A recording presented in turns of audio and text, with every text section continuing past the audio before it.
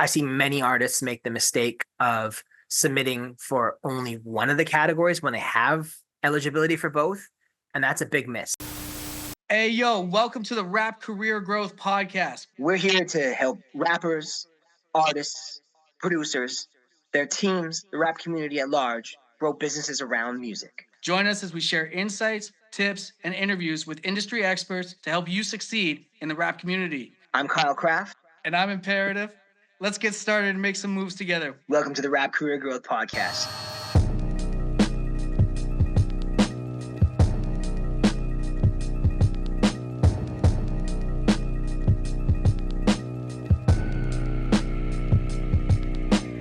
Yeah. All right, I'm Kyle Kraft from Crafty Entertainment, and I am a member of the JUNO Awards Rap Music Advisory Committee, which is made up of a group of volunteers from the rap community who interface with CARIS, the organization which runs the JUNO Awards, and acts as a bridge between the rap community and CARIS. I'm joined today by award-winning producer Imperative. What's good, Kyle? And today we're going to talk about the process of submitting for the JUNO Awards, and specifically the rap categories of the JUNO Awards on behalf of rap artists and producers and so on. We may talk a little bit about some of the other categories that are relevant, but really we're focusing in on the rap categories, which is what the Rap JUNO Music Advisory Committee focuses on. So there we go. I mean, I think this is a great topic, and whether an artist is aiming for the rap album, EP of the year, or rap single of the year, this guide that we're going to do today for them will walk them through everything they need to know to make the most of their submissions. So from key deadlines to insider tips, and we've got artists covered here, Kyle. Yep. And I'll start by saying I think that they should actually submit for both if they're eligible.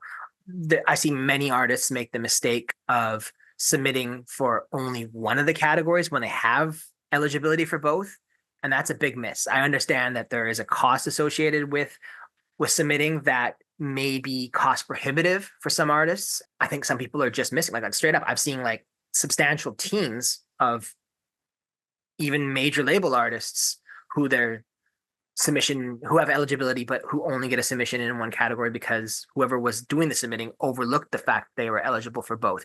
A submission in each category is an opportunity for another shot at a nomination and another shot to be on the radar for judges and music advisory committee members, and ultimately if they're nominated, even for the CARIS membership as a whole, which we'll talk a little bit about today too.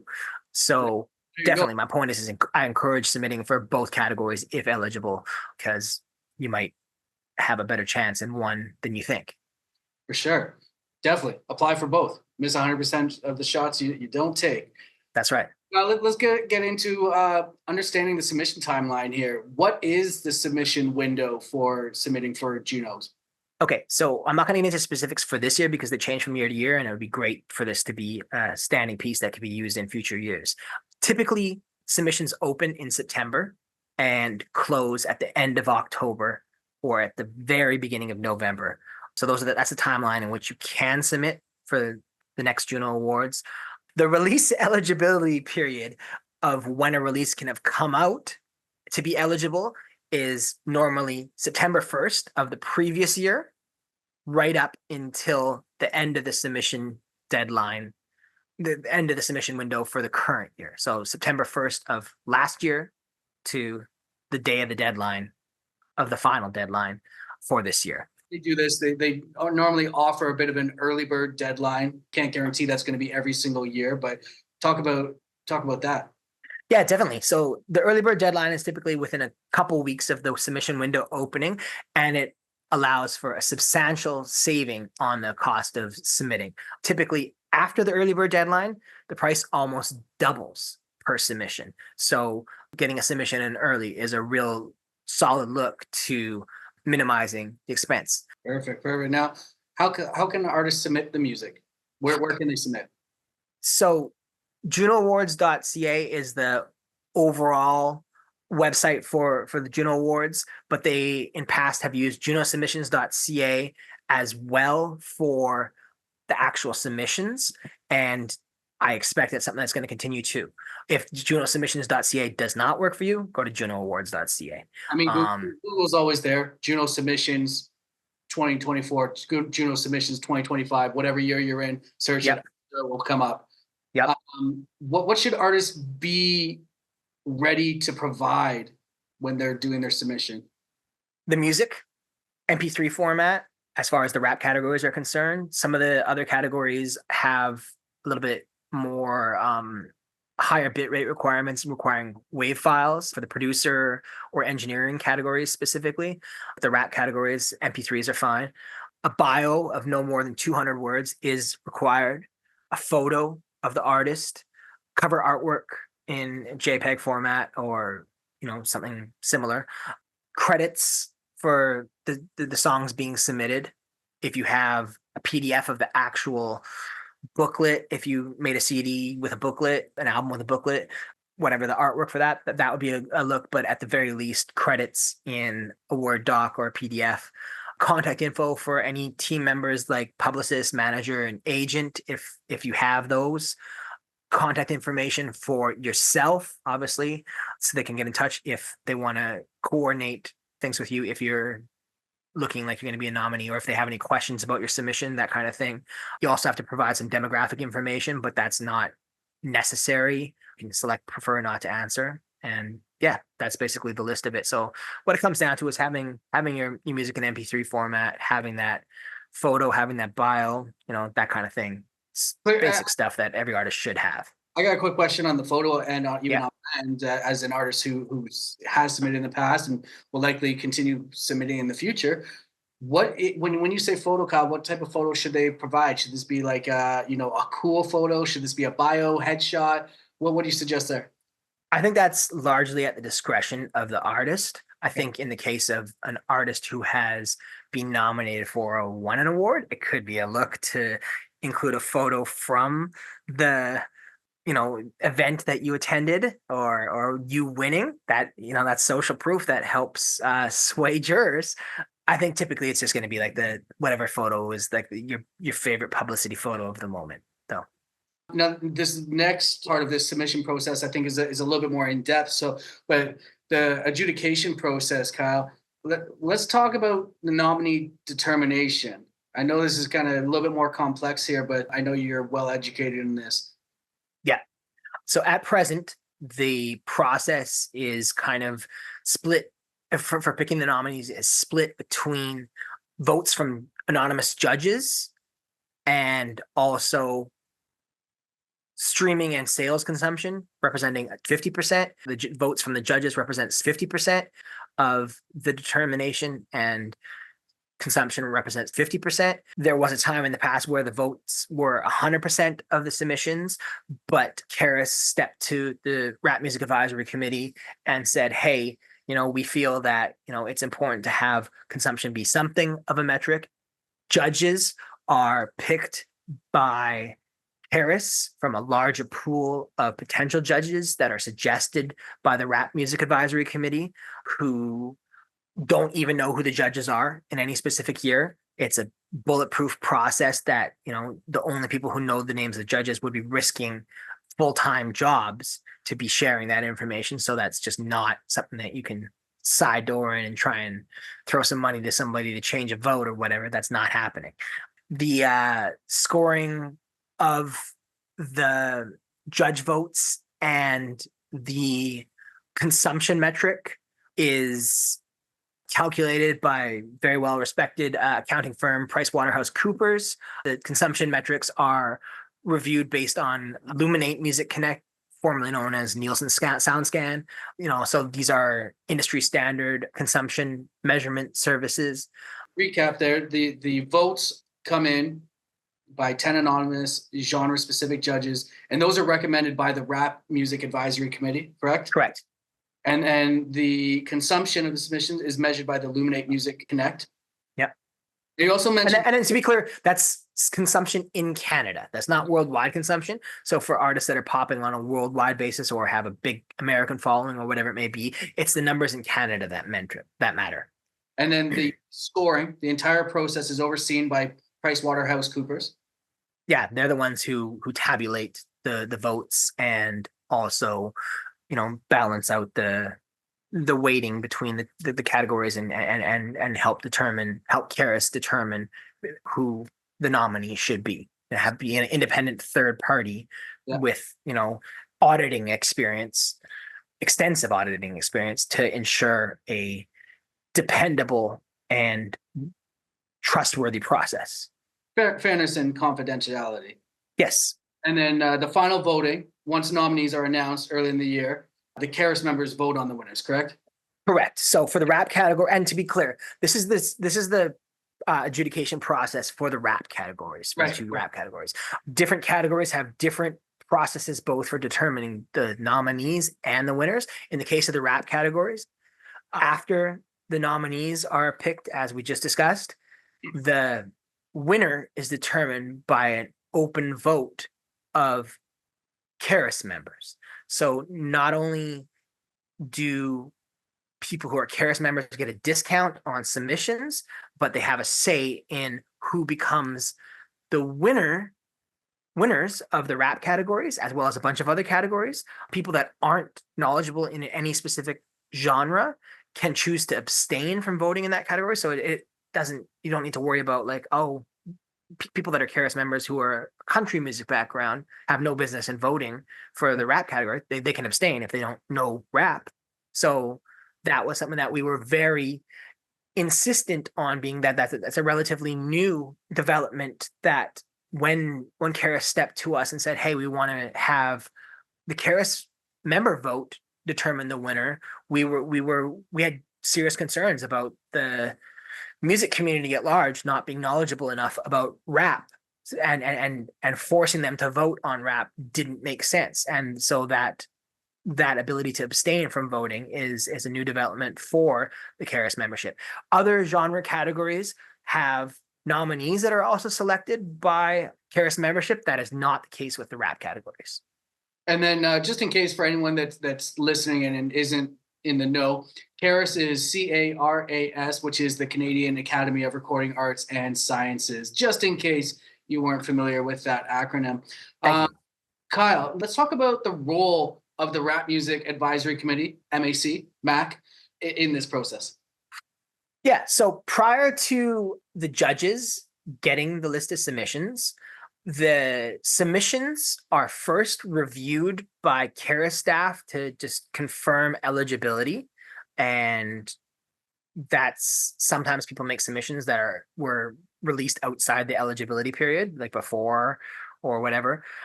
And then they're reviewed by the Rap Music Advisory Committee, who listen to all of the submissions to ensure they're in the right category. They act as a bridge, right, between the rap community and Karis. Is that very much so? And one of our jobs is definitely to review submissions to ensure that they're in the right category. But we advocate on behalf of the rap community as a whole with Karis, and specifically with the JUNO Awards. We live in an era where genre lines are very blurred, where rappers sing and singers rap. Country music and trap hats and 808s. Yeah. So there really needs to be genre specific assessment done. And that's what the one of the things Music Advisory Committee does for the rap category is make sure, like, is this a fit for the right category? Like, straight up, even, people that have gotten nominations in the past of the rap category, we've suggested that the single that they submitted or whatever be pushed over to the R&B category, one of the R&B categories. Like, yes, this is a person who raps, but this particular song has very little rap on it. It's more singing.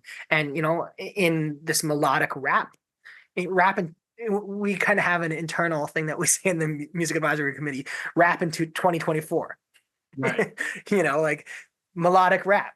It's a tough call sometimes. Like, is this more rap or is this more R&B, soul? Like, where does this fit best? And to be clear, sometimes it's we encourage the artists to switch categories, and sometimes we say, like, this doesn't have rap on it. We're switching it, even if even if this particular artist has a nomination in the past in the rap category, this song is them singing. Right. You know, like it's not like, hey, we're like, while we're advocating for rap, we're not advocating that every artist who raps is always in the rap category by any means, you know. And sometimes, you know, like sometimes artists choose to submit in other categories, you know. Sometimes artists submit in the pop category as opposed to the rap category because they feel that their pop leaning music stands a better chance there. And that's, you know, that's a discussion that's had with Karis and the music advisory committee, but typically in that instance they would let it stand. Yeah. You know, because rap and R&B are the most popular genres in music as far as streaming platforms are concerned at this point. 100, you know 100. So let's get into some tips for a successful submission. definitely. You touched on the one thing at the start there. Yeah, definitely. Submitting for both categories for both rap categories is advisable for artists that it makes financial sense to do so. I would go as far as saying, look at all the categories and see where else you can catch submissions. I have artists that I work with who have had nominations in Breakthrough Artist of the Year category. For people who haven't been nominated in the past, I've had artists be nominated in the Artist of the Year category or Group of the Year category. The Junos have one category called the Fan Choice Award category, and I've had artists who have had a substantial amount of short form video success catch nominations in the Fan Choice Award category. So definitely, if you're in that category, if you've been fortunate enough to catch a lot of success and have a large fan base that you can polarize into voting for you, the Juno fan base category, the Fan Choice category is something that makes sense to submit for. That is the only category that the public can vote for in the Junos. Now, and are there things that artists should avoid? Definitely. I discourage artists and their teams from submitting more than one submission per category. Sometimes artists will be like, well, I have more than one project that, you know, I think is dope and stands a chance. Or sometimes there'll be some miscommunication and, you know, the label will submit something and the artist management will submit something else that, you know, it's less so the latter and more so the former, where artists aren't necessarily thinking about the bigger picture and be like, okay, I have multiple songs that I think stand a chance in the single category. Unfortunately, what that does is potentially split any potential votes that an artist might get from judges between the release, each submission. So if you submit two singles, essentially creating their own competition. Yeah, it lessens their chances of getting a nomination for either submission because maybe some judges thought the one song was better than the other, you know. So it's not advisable to compete against yourself. So one submission per category, but as many categories as possible is definitely a good look. Now we talked about this before a bit, is the quality. How can artists ensure quality before submitting? I think the bottom line is your first awareness creation initiative should not be to be submitting for the JUNO Awards. I think it's important to have some independent confirmation that, you know, your music is enough of quality that it makes sense to be submitting for a national level awards show. You know, maybe whether it's, you know, more regional level awards or whether it's, you know, just proactively getting your music out there on socials and video, short form video platforms and soliciting feedback or just reading feedback. And if the feedback is overwhelmingly positive, okay, great, then it makes sense to start submitting for awards. But if you have less than 1,000 streams and haven't taken any active steps to create awareness for your music and haven't gotten feedback from people you don't know that your music is good, it's probably not worth the time and the money of submitting yet. You should make sure while it's important to dream big and at times be relentless in your pursuit of potential success, it's also important to have some realism and recognize where you are in terms of things. So if you're brand new, seek outside feedback before submitting for the Junos. So now, Kyle, I'm a music producer, a hip hop, rap, music, beat maker, producer. I can apply for the rap album EP of the year and rap single of the year. Absolutely. Now, I know the Junos have an award for producer of the year, and this has been awarded since 1975 as recognition each year for the best record producer in Canada. Now, I think it should be recognized that this encompasses all producers, not just rap, hip hop producers, correct? Correct. It's not genre specific. Right. Do you have any advice for, I'm bringing this up because I'm a music producer. I got to bring this in for myself and all other, hip hop producers and beat makers that might be listening to this. Does it make sense for us to apply for this? Absolutely. Rap producers have won the category.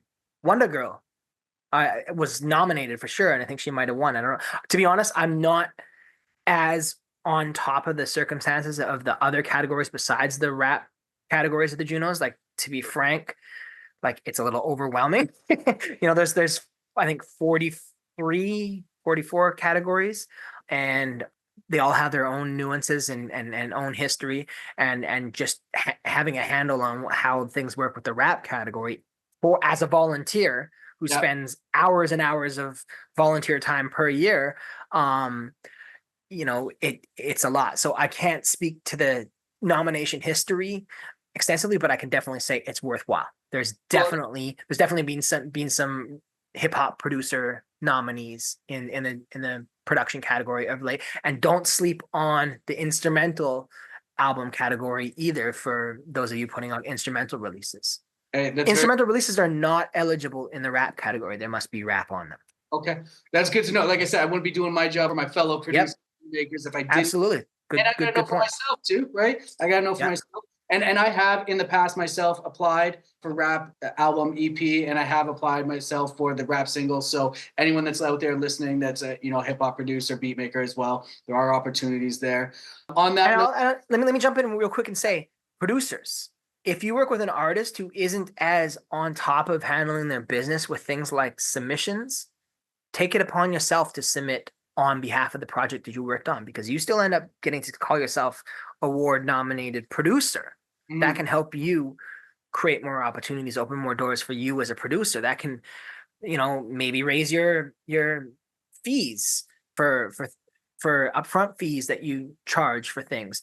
It is worthwhile to help ensure that the projects that you are involved in have as much success as possible, even if it's not you as the artist. If you're the producer, that, straight up, sometimes producers are managers, sometimes producers are radio promoters, they can go a lot. And I'm just using, non-genre specific terminology. Like, I don't encourage hip hop producers to try and become commercial radio promoters, because there's not a high likelihood of domestic hip hop getting on commercial radio. That's an entirely different discussion. But my point is like, if an artist you're working with, if you believe in a project and an artist you're working with isn't getting the submission in, help them. Yeah, and on that note too, I mean, I've submitted projects in the past, Kyle, that I produced, but I maybe had a little bit more social proof than they did, and we just kind of leveraged that a little bit. Not that we've been nominated that, but that was the approach. So anyone again listening that might be in a similar situation. On that note, Kyle, I think we're close to wrapping up, what we want to talk about here. Let's talk about some bonus tips and final thoughts for artists. What are ways artists can maximize their chances? Make great music. Make great music. Have all the requirements that we talked about earlier, looking professional, whether that's your bio or your photos, like don't clown too much, because it is being considered by people that are taking themselves seriously. I mean, if that's your identity to clown, I guess that's your prerogative, but I don't know that it will go over well with people who, this is their passion and their profession. Yeah. I think there's a balancing act that needs to happen there.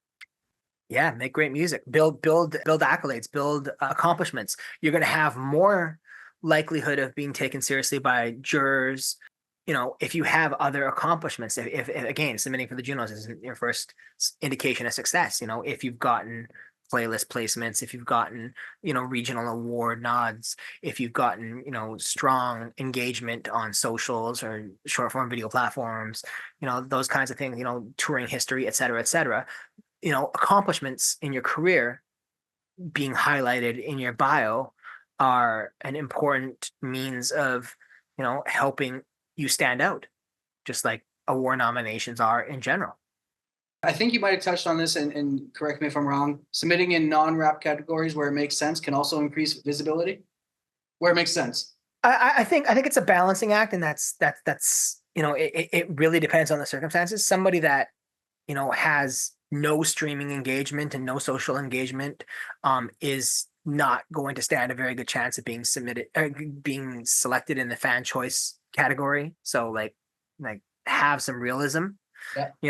But if you have some accolades regionally or online, maybe you can stand a chance at the producer category or whatever it may be. Like don't discount opportunity. It's just self-awareness and realism is an important balancing countermeasure to ambition.